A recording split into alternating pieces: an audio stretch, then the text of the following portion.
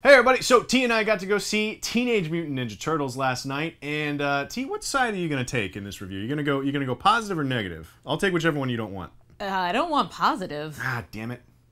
Okay.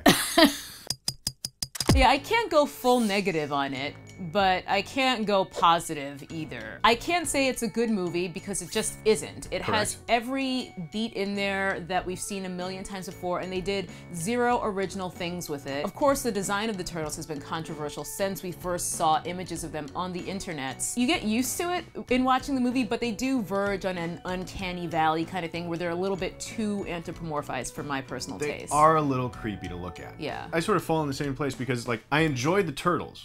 Right. For the most part, the turtles were who they are supposed to be. Like, they were the Ninja Turtles, you know? Right. But they were just in a really bad movie. Right. It's basically like they had a Michael Bay hobby kit, and they were like, all right, I'll take 2 car chases, 3 slow-mo shots in a snow, like, bank. and then I'll take 3. No. Make it 4 action sequences that defy the laws of physics. Right. We'll put some of those in there too. And I feel badly too because even though I disliked the movie, afterward I was thinking about how I did like the turtles. You know, they were very brave, they were heroic. But the thing that I think it was really suffering from is how inconsistent it was. Like, April O'Neil had a lot of fun stuff to do.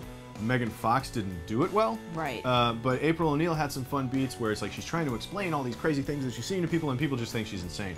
And there's some genuinely good comedic setups that are paid off in a way, but then it turns around and it tries to be this really high stakes, like, legit action film. And they didn't balance it well at all. It couldn't decide what it wanted to be. They had some wink and a nod kind of meta jokes that everybody seems to like from the Jump Street movies, from the Lego movies. Like, they had some of that in there.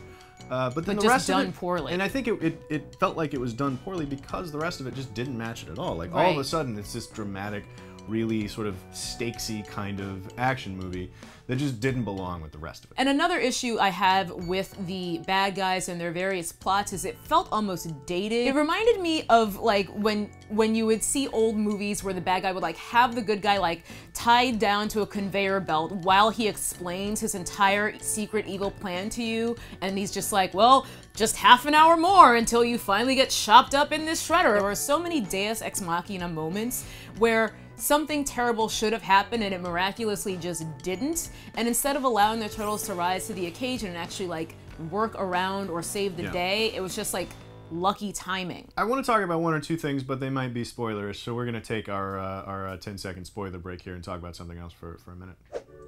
You see that dude who's just taking all those maternity photos? Maternity photos? Yeah, it's like his wife didn't want to take any maternity photos, so he's taking them. His, like, belly's all hanging out on the cover. It's kind of funny. Is this like a web meme? It's a thing that's going around the web. It's on the webs? Yeah. Cool. Okay, we're back. As far as the bad guy plot goes, it was the plot from Amazing Spider-Man. Yeah.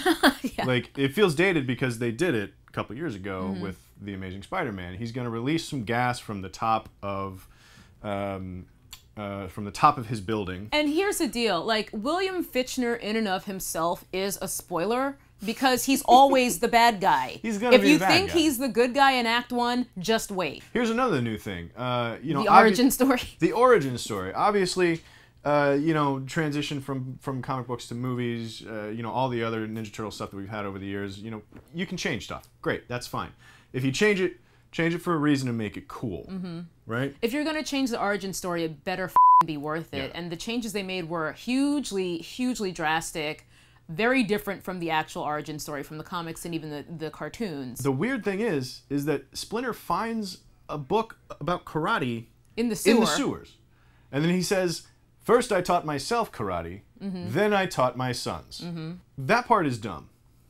Right? Just that part? Granted, you can make the argument that a rat learned to be a ninja by watching his master from a cage. You can argue that that's equally dumb to a rat finding a book in a sewer and teaching himself karate, but I don't think it is. Yeah, me neither. I think this way is way dumber. So, all that to say, they changed some stuff, they changed some crucial origin story stuff, which normally I wouldn't have a problem with, but they changed it to this thing that's really dumb. And one of the main problems, I think, with the movie, in terms of plot and overall, is just that it was so just simple. You know how Toy Story and all the Pixar movies do a great job of balancing, like, this is a movie for kids, but adults can enjoy it just as much. They didn't do that at all. It's like they just, like, dumbed it down for your dumb kid, and they don't give a talk about the parents having to sit through it. I don't know why I pointed at myself when I don't have kids, but like I want to be able to enjoy a TMNT movie too. Why should I have to like sit through a bad movie because your kid is stupid? But again, speaking to the inconsistency of the whole thing, I don't even think it was made for kids. But do I get to be the negative part of the review, or is no? I had to be the positive. You have to be slightly less negative. It was funny when Michelangelo was just super in love with April, although there's some serious like dog chasing a car kind of like, right, what are you gonna do when you get there, guy? Right. When you cast Megan Fox, of course they're setting something up for some sort of like crush situation between all or one of the turtles and her, but it's just like,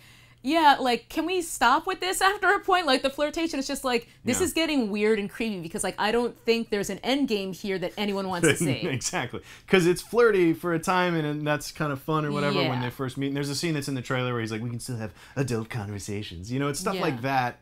And then it just keeps going, and then you're like, now I'm troubled. Now I'm a little weirded out by this. Talk about your Uncanny Valley turtles that look too much like people. Michelangelo and Megan Fox's kid is going to be terrifying. Okay, well, hopefully that informs your decision about whether or not you're going to go see Teenage Mutant Ninja Turtles. I have a feeling if you were going to go see it, you're going to go see it no matter what. Yeah. And odds are you're expecting it to be pretty bad, so good luck with that. So, go check out Teenage Mutant Ninja Turtles this weekend. Come back, let us know what you think of it in the comments below.